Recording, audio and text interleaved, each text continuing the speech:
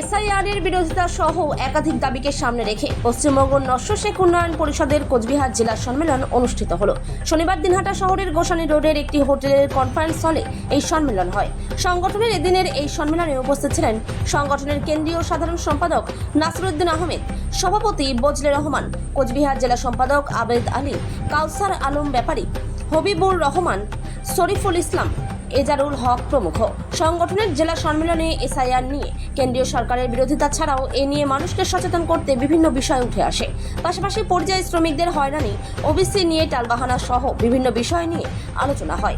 সংগঠনের এদিনের সভায় হবিবুর রহমানকে সভাপতি, কাউসার আলম ব্যাপারীকে কার্যকারী সভাপতি, আবেদ আলীকে সম্পাদক, শরীফুল ইসলামকে যুগ্ম সম্পাদক, গোলাম মোস্তফা, মহির উদ্দিন, আব্দুর রহমান, আশরাফুল মিয়া, আবুল হোসেনকে সহসভাপতি ছাড়াও রেজাউল হককে কোষাধ্যক্ষ এবং ইজারুল হককে অবজারভার করে নতুন জেলা কমিটি গঠিত হয়। সংগঠনের নতুন জেলা সম্পাদক আবেদ আলী, কার্যকারী সভাপতি কাউসার আলম ব্যাপারী জানিয়েছেন, সংগঠনের জেলা সম্মেলনে জেলার বিভিন্ন প্রান্ত থেকে সদস্যরা অংশ নেয়। উত্তরবঙ্গের মুসলিম সমাজ, আসলে আমি মুসলিম সমাজ নিয়ে আন্দোলন বলেন বা তথ্য জোগাড় করা বলেন, সেটা 1995 থেকে শুরু করেছি। দীর্ঘ 30 বছর যাবৎ আমি এই কাজটা করে যাচ্ছি এবং 2008 সালে উত্তরবঙ্গের মুসলিম সমাজ সম্পর্কে একটা বই প্রকাশ করে, আকৃতিতে ছোট ছিল, সেদিন এত তথ্য আমার হাতে ছিল না। তারও আগে যদি বলেন 1996 সালে সবচেয়ে ছোট বই আমি একটা লিখেছিলাম আমাদের সংগঠনের স্বার্থে, সেটা হচ্ছে মন্ডল কমিশনের রিপোর্ট ও উত্তরবঙ্গের মুসলিম সমাজ। তারপরে কিছু লোক দাবি করলো সংরক্ষণ ব্যবস্থা রাখি। 2001 সালে আরেকটা বই প্রকাশ করি, সেটা হচ্ছে সংরক্ষণ ব্যবস্থা ও উত্তরবঙ্গের মুসলিম সমাজ।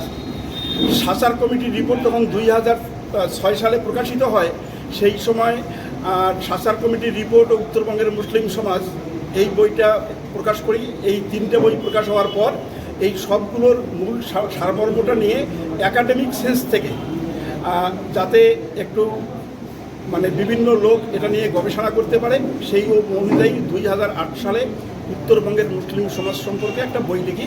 আর সেই বইটার আজকে যেটা দ্বিতীয় এডিশন, বলা যায় এই দীর্ঘ সময়ের মধ্যে অনেকগুলো তথ্য, অনেকগুলো কথা আমাদের নস্য শেখদের সম্পর্কে।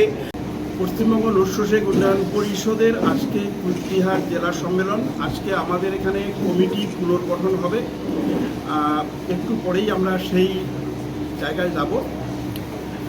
এই কমিটি পুনর্গঠনের পর কিছু কর্মসূচি নির্ধারণ হবে।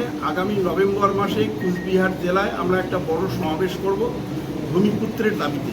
সেই বিষয়টা এখানে একটু সবারই সম্মতি নিয়ে আমরা দিন তারিখ ঠিক করব, আমাদের ব্লক কমিটিগুলো তৈরি করার উদ্যোগ নেব।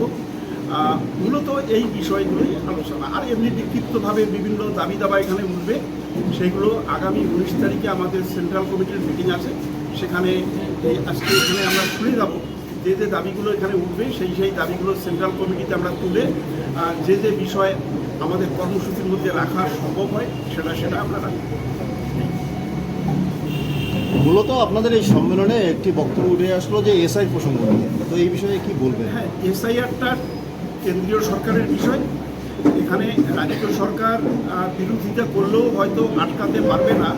এটা কেন্দ্রীয় আইনের বা আমাদের এখানে যে যুক্তরাষ্ট্রীয় কাঠামো আছে, সেটা সেন্ট্রাল গভর্নমেন্টের পুরোপুরি অধিকার, তারা এটা নিয়ন্ত্রণ করবে। তবে এসআইআরে আমরা যাতে বঞ্চিত না হই, আমরা আমাদের স্বার্থটা দেখব। আমরা এই ব্যাপারে একটু সাংগঠনিকভাবে পর্যালোচনা করব। যদি কোনো এলাকায় আমরা এটা হয়তো আটকাতে পারবো না, রাজ্য সরকার এটা এজেন্ডা হাতে নিয়েছে, আমরা রাজ্য সরকারের দিকে তাকিয়ে আসি। গোটা পশ্চিমবঙ্গের দায়িত্ব আমরা নিতে পারি না, আমরা আমাদের অবজেকশনগুলো জানাবো।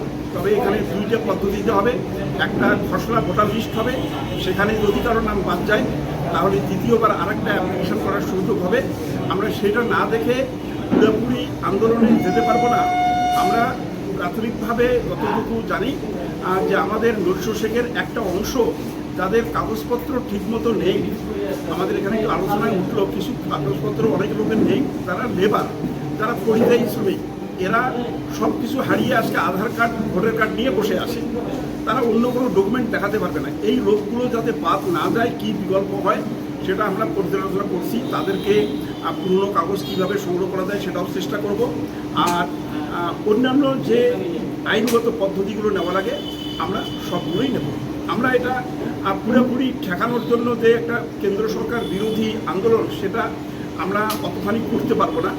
আমরা আমাদের অবজেকশনগুলো জানাবো, যেটা অবজেকশন হবে কেন্দ্র সরকারকে আমরা জানাবো, এবং আমরা ভূমিপুত্র স্বীকৃতিটা যদি পেয়ে যাই তাহলে এই সমস্যাটা আমরা কাটিয়ে উঠব, এবং সেটাই আমাদের প্রথম আন্দোলন এবং 1 নম্বর দাবি। আগামী দিনে ভূমিপুত্র হলে আমাদের কেউ আর বেনাগরি করতে পারবে না। একটু আপনার নাম এবং সংগঠন। আমি বজলুর রহমান, পশ্চিমবঙ্গ নস্য শেখ উন্নয়ন পরিষদের কেন্দ্রীয় কমিটির সভাপতি।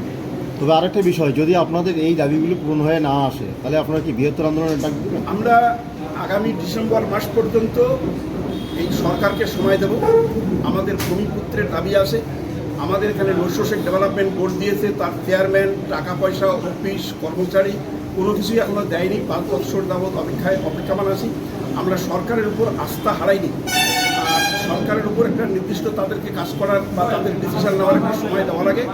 আমরা 1 রাউন্ড আন্দোলন করেছি ডেপুটেশন দিয়ে। আমরা 2nd রাউন্ড জনসভা করে আমরা এই দাবিটাকে তীব্রতর করব।